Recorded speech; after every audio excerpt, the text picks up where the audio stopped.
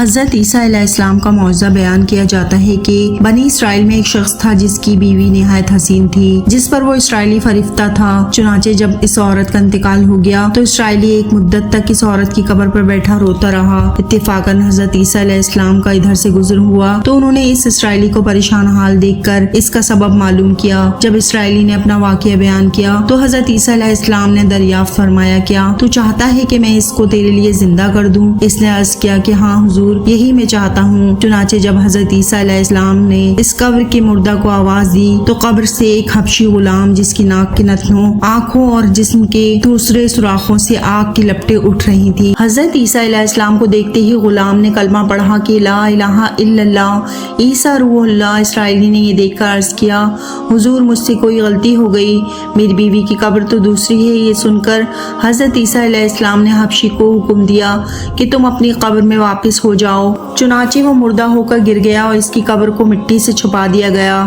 پھر حضرت عیسیٰ علیہ السلام نے اس دوسری قبر کی جانب توجہ فرمائی اور حکم دیا کہ اے صاحب قبر، اللہ کے حکم سے زندہ ہو جا۔ چنانچہ قبر پھٹی اور اس سے ایک عورت سر سے گرد جھاڑتی ہوئی باہر آ گئی، جس کو دیکھ کر اسرائیلی بولا کہ یا روح اللہ، یہ میری بیوی ہے۔ اور حضرت عیسیٰ علیہ السلام کے حکم سے وہ اسرائیلی اپنی بیوی کو ہمراہ لے کر واپس ہونے لگا، مگر عرصے سے جاگا ہوا تھا، اس لیے اس پر نیند کا غلبہ ہو گیا۔ اور اس نے بیوی سے کہا کہ تیری قبر پر گریہ وزاری اور بیداری نے مجھے ہلاک کر دیا ہے، اس لیے میں چاہتا ہوں کہ کچھ دیر آرام کر لوں۔ بیوی کہنے لگی کہ ہاں، آپ آرام کر لیجئے۔ چنانچہ وہ اسرائیلی بیوی کے زانوں پر سر رکھ کر سو گیا۔ اتنے میں ایک گھوڑ سوار ایک شہزادے کا ادھر سے گزر ہوا جو اپنے زمانے کا ایک تا حسین تھا، جس کو دیکھ کر شہزادی از خود فریفتہ ہو گئی اور اس کا دل قابو میں نہ رہا۔ اس نے شوہر کا سر زانوں سے نیچے رکھا اور فرط محبت و غلبہ عشق سے مجبور ہو کر شہزادے کے سامنے جا کھڑی ہوئی۔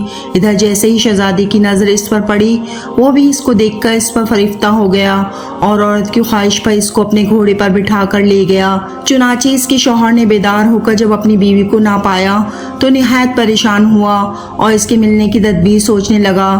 سوچتے سوچتے آخر اس کے نشان قدم پر چل کر اپنی بیوی کو تلاش کر لیا جو شہزادے کے پاس پہنچ چکی تھی۔ اس کو دیکھا اسرائیلی نے شہزادے سے عرض کیا، یہ میری بیوی ہے، آپ اس کو چھوڑ دیجئے۔ ابھی شہزادہ کچھ کہنے بھی نہ پایا تھا کہ اس عورت نے کہا، میں تیری بیوی نہیں بلکہ شہزادے کی لونڈی ہوں۔ یہ سن کر شہزادہ اسرائیلی سے کہنے لگا، کیا مجھ سے میری لونڈی چھین کر لے جانا چاہتا ہے؟ اس نے کہا، خدا کی قسم، یہ میری بیوی ہے جس کو میرے سردار حضرت عیسیٰ علیہ السلام نے مرنے کے بعد میرے لیے زندہ کیا ہے۔ ابھی یہ گفتگو ہو ہی رہی تھی کہ اتفاقاً حضرت عیسیٰ علیہ السلام بھی وہاں تشریف لے آئے، جن کو دیکھ کر اسرائیلی کہنے لگا، یا روح اللہ، کیا یہ میری بیوی ہے جس کو آپ نے میرے لیے زندہ کیا ہے؟ حضرت عیسیٰ علیہ السلام نے فرمایا کہ ہاں، یہ وہی ہے۔ یہ سن کر عورت کہنے لگی کہ یا روح اللہ، یہ شخص جھوٹا ہے، میں تو بنیاز شہزادے کی لونڈی ہوں۔ حضرت عیسیٰ علیہ السلام نے فرمایا، کیا تو وہ عورت نہیں جس کو میں نے اللہ تعالیٰ کے حکم سے زندہ کیا ہے؟ عورت نے کہا، یا روح اللہ، باخدا میں وہ نہیں ہوں۔ اس کے بعد حضرت عیسیٰ علیہ السلام نے فرمایا، جو جان خدا کے حکم سے میں نے تجھے دی، اس کو واپس کر دے۔ یہ سنتے ہی وہ عورت پھر مردہ ہو کر گر پڑی اور حضرت عیسیٰ علیہ السلام فرمانے لگے کہ جو شخص ایسے آدمی کو دیکھنا چاہے جو کافر مرا تھا اور زندہ ہو کر ایمان لایا تو وہ اس حبشی غلام کو دیکھ لے جو پھر ایمان کی حالت میں